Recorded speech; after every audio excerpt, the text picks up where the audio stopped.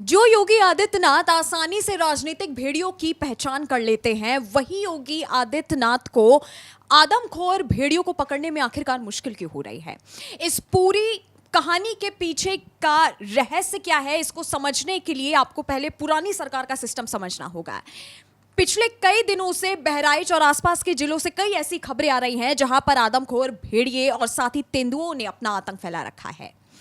पुरानी सरकार ने जो सिस्टम बनाया था, उसी के वजह से अब ऐसा माना जा रहा है कि भेड़ियों की इतनी हैसियत हो गई कि वो अपने मर्जी से आते हैं और अपने मर्जी से इंसान को अपना शिकार बनाते हैं और इंसान को निकल लेते हैं।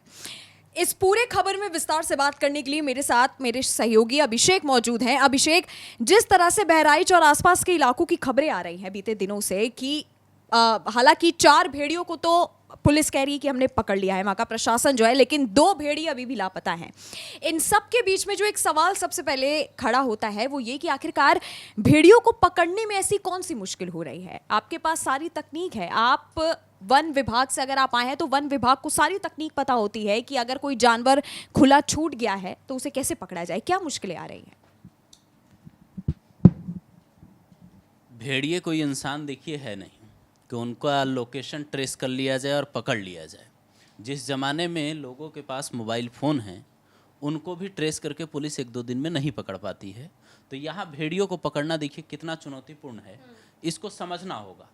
ये जाहिर सी बात है, लोगों में गुस्सा होना चाहिए और लोग अपनों को खोते जा रहे हैं, इस बात का दर्द सबको समझना चाहिए, सरकार को भी समझना चाहिए। लेकिन सवाल इस बात का है कि जिन भेड़ियों को पकड़ने के लिए जो टीमें भेजी है सरकार ने, क्या वो सक्षम है? डीएफओ जो है वहाँ के, वो ये कहते हैं कि भेड़िए के सूंघने की क्षमता इतनी ज़्यादा होती है, करीब 50 किलोमीटर तक, कि हम लोग घेरा नहीं बना पा रहे हैं। जो घेरा बनाते हैं ये लोग उसे पकड़ने के लिए, किसी भी जानवर को पकड़ने के लिए जो घेरा बनता है वो ये लोग हवा से दूसरी दिशा में बनाते हैं ताकि भेड़िए सूंघ ना पाए। लेकिन जैसे बाघों को ये लोग आसानी से मोटा जाल डालकर पकड़ लेते हैं, वैसे भेड़ियों को नहीं पकड़ सकते हैं, क्योंकि भेड़िया इतना एक्टिव और शातिर है कि उसको पकड़ने के लिए जाल हल्का डालना होता है और उसको बाकायदा पिंजरे तक लाने के लिए एक ऐसा रास्ता बनता है जिससे वो पिंजरे में कैद हो सके। लेकिन यहाँ चुनौती ये है नंदिनी, जो कह रही हैं आपकी 4 भेड़ियों को पकड़ लिया गया है। मैं कह रहा हूँ कि वो 4 भेड़िए इसमें शामिल थे या नहीं, जैसे बाकी मामलों में होता है। क्या इस मामले में वैसा है? क्योंकि जो अधिकारी हैं वन विभाग के बड़े बड़े, जो फॉरेस्ट डिपार्टमेंट में सालों तक अनुभव जिनका रहा है, वो ये कहते हैं कि ये तभी पता चलता है जब दोनों का ये मैच किया जाए डीएनए सैंपल। भेड़ियों में भी होता है ये। भेड़ियों को और जो इनके पास अवशेष, इंसानी अवशेष मिले हैं, वो दोनों को सैंपल मैच करके ये पता करेंगे कि भेड़िए थे कितने।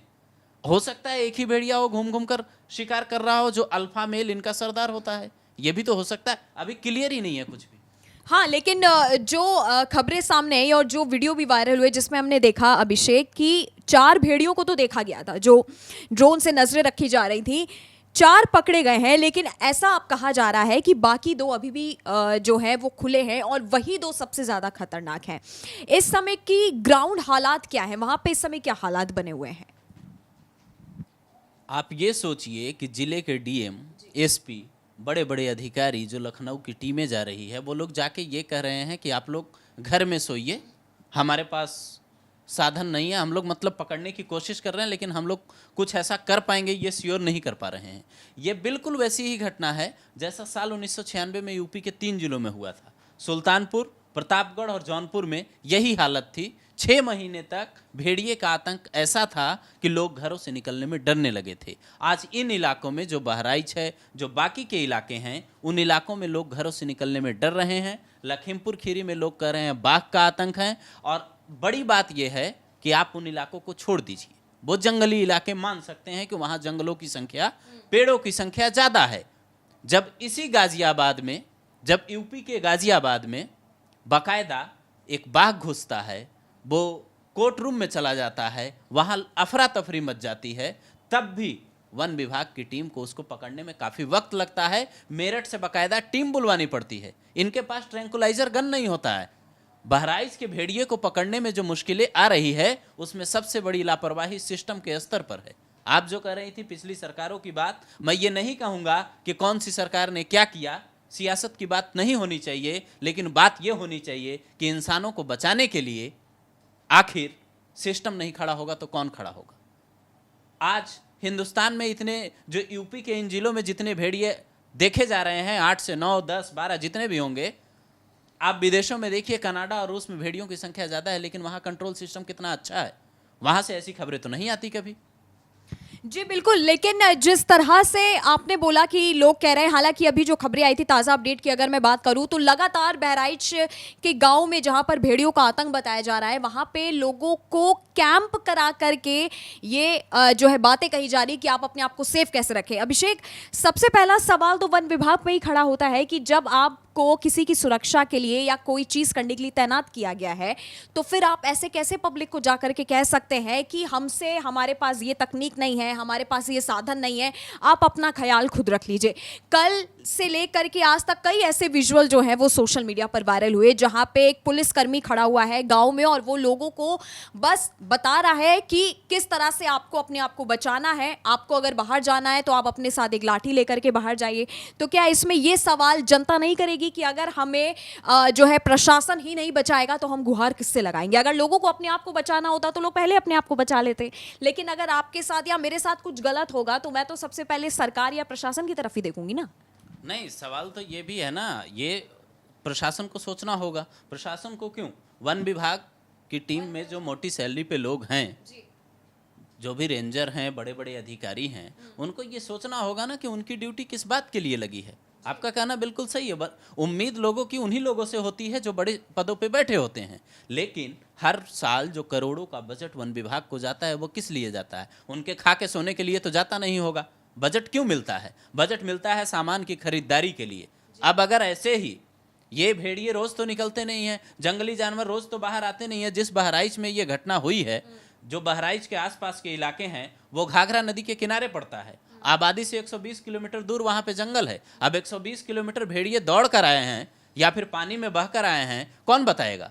ये किसी को नहीं पता। वन विभाग को निगरानी रखनी होगी। लेकिन जब ये घटना हुई थी 2, 4, 6 महीने पहले ही, मार्च के करीब एक पहली घटना आई थी, तब वन विभाग के वहीं के अधिकारी ये मानने को तैयार नहीं थे कि ये भेड़िए की घटना है। वो ये कह रहे थे कि तुम लोग घर जाओ, अपनी सुरक्षा खुद देखो। आसपास के लोग, आसपास के थानों में कोई कार्रवाई नहीं हो रही थी, लोग परेशान थे। अगर ये शुरुआत में ही घटना अगर कंट्रोल हो जाती तो मुझे नहीं लगता है कि आज ये हालत होती कि इतने लोग मारे जाते। और एक तस्वीर अभी सोशल मीडिया पे बराबर वायरल हो रही है, 2-3 दिन पुरानी है। योगी आदित्यनाथ हाथों में गन लिए दिखाई दे रहे हैं।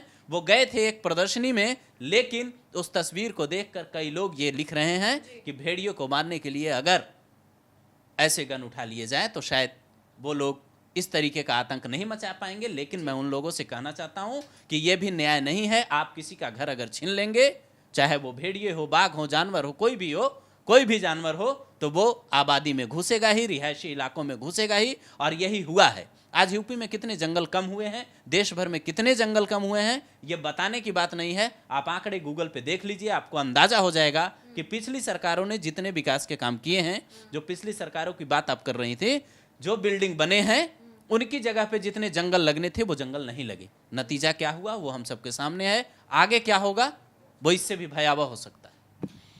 इधर बीच सीएम योगी आदित्यनाथ ने एक मीटिंग की थी अभिषेक, जिसमें उन्होंने बहराइच जिले के और आसपास जिलों का जिक्र किया था, जिसमें उन्होंने कहा था कि पहले हमने कई सारे ऐसे फोर्स तैनात किए हुए थे, लेकिन अब उसके बाद उन्होंने एक शब्द का इस्तेमाल किया था। मैं चाहती हूँ कि मीटिंग में क्या हुआ वो आप बताइए।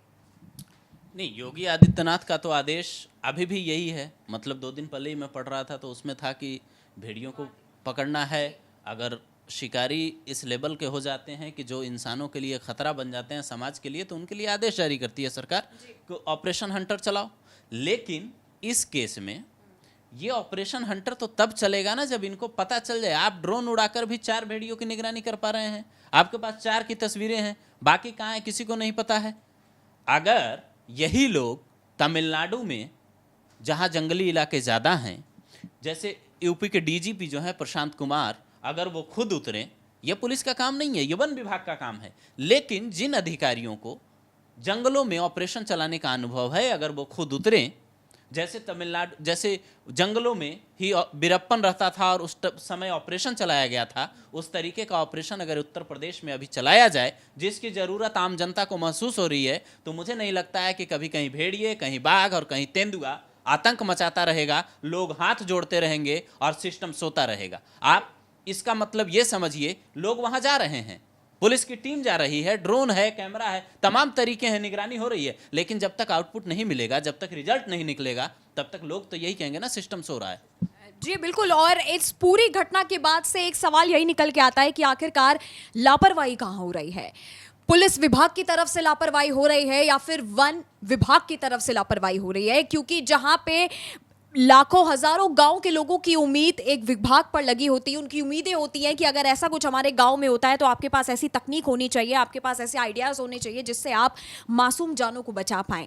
अब आगे क्या होता है? हालांकि सीएम योगी आदित्यनाथ ने जो मीटिंग की उसमें उन्होंने कई निर्देश दिए, उन्होंने जो भी निर्देश दिए उनका वीडियो भी सोशल मीडिया पे काफी ज्यादा वायरल हो रहा है। अब इसके बाद इन सभी जो है वारदात जो भी हो चुकी है, इस पर एक्शन क्या होता है ये अब आने वाला वक्त बताएगा। लेकिन आपको तय करना है कि इसमें लापरवाही पुलिस प्रशासन की तरफ से हो रही है या फिर वन विभाग की तरफ से हो रही है।